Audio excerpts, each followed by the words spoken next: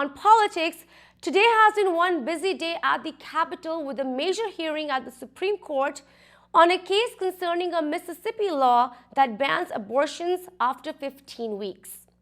As of filming this episode, the conservative U.S. Supreme Court justices have now indicated support for upholding the restrictive abortion law in a ruling that could potentially overturn the landmark 1973 Roe v. Wade ruling legalizing the procedure nationwide.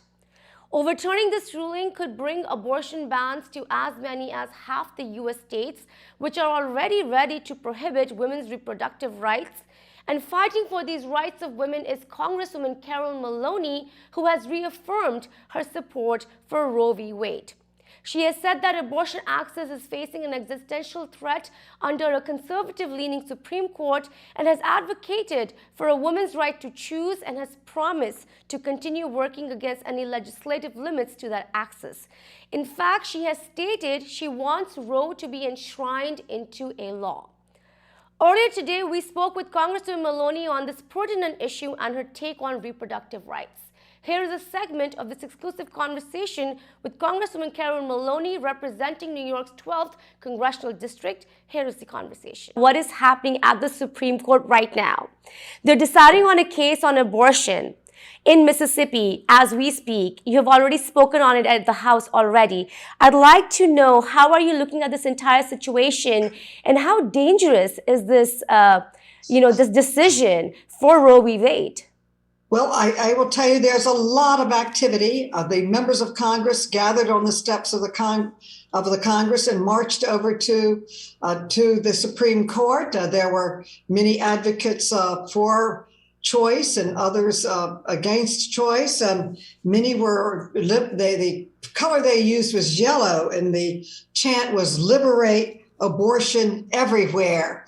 Earlier today, the Supreme Court heard a case challenging Mississippi's 15-week abortion ban, and they had the oral arguments. The state of Mississippi is trying to turn over the 58-year precedent of it's 48 years. It's been, can you believe it? 48 years.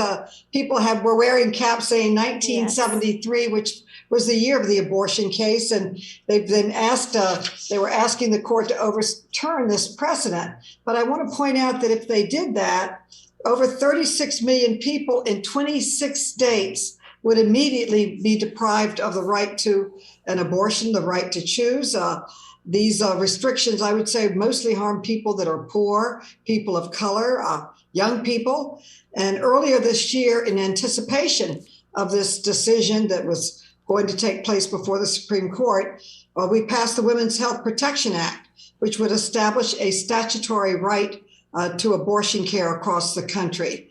So we are pushing that, and that needs to pass the Senate. It passed the House, but it hasn't passed the Senate. Yeah. And all people should have the right to make their own decisions about their bodies. And I would say that there is no democracy if women can't make their own health decisions and decisions about their own body. Yeah. So it's a very serious decision. And we will hear from the Supreme Court probably this summer. Yes, and Congresswoman, you have tweeted actually saying we must enshrine Roe into law. What would that do for women of this country if that happens?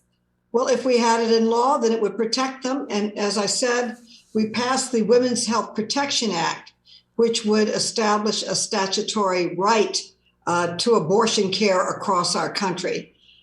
They would leave it up to the states, or that's what they think. If they overturned it, they'll leave it up to the states. So the state that I reside in New York, is a safe haven. We will have abortion rights there. But there are 26 states that do not have the right to an abortion now, and that would immediately, or their states, they pass laws that if Roe is overturned, then they will uphold that law in their state. Just quickly following up on that, Congresswoman, what do you say to leaders and governors and other officials that are trying to challenge Roe v. Wade? And most of them are men. How does that make you feel? Well, you're absolutely right. Most of them are men, and it's very unfair to women. As I said, I don't believe there is a democracy if women cannot make choices about their own health care, or choices about their bodies. Yes, definitely. You know, Congresswoman, now I'd like to talk to you about what's happening with COVID. I have to ask you about the concern that we're seeing across the nation and across the world on Omicron. I'd like to know, I'm sure you must have spoken to the president by now. How is he handling the situation? What is the brief that's been given to you? What could you share with us in that regards? How can we perhaps calm the public down a little bit? Well, we have a solution. It's called vaccinations and wearing our masks. And scientists say that is the best way to prevent getting COVID. There are always going to be variants. There apparently is a variant now from South Africa. It has not been noticed in America yet, although it may be here. But we have protections, and that is wearing our masks and vaccinations. Now, and everyone over the age of 18 can get a vaccination, and some children.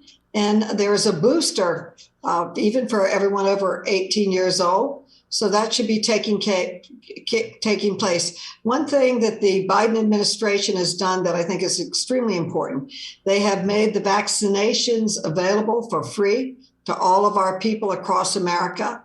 And they have made testing for free and monitoring. So everyone should be testing. Their sites all over my district. They must be all over the country. These are free. You can be tested and you can be vaccinated, and that's what people should do.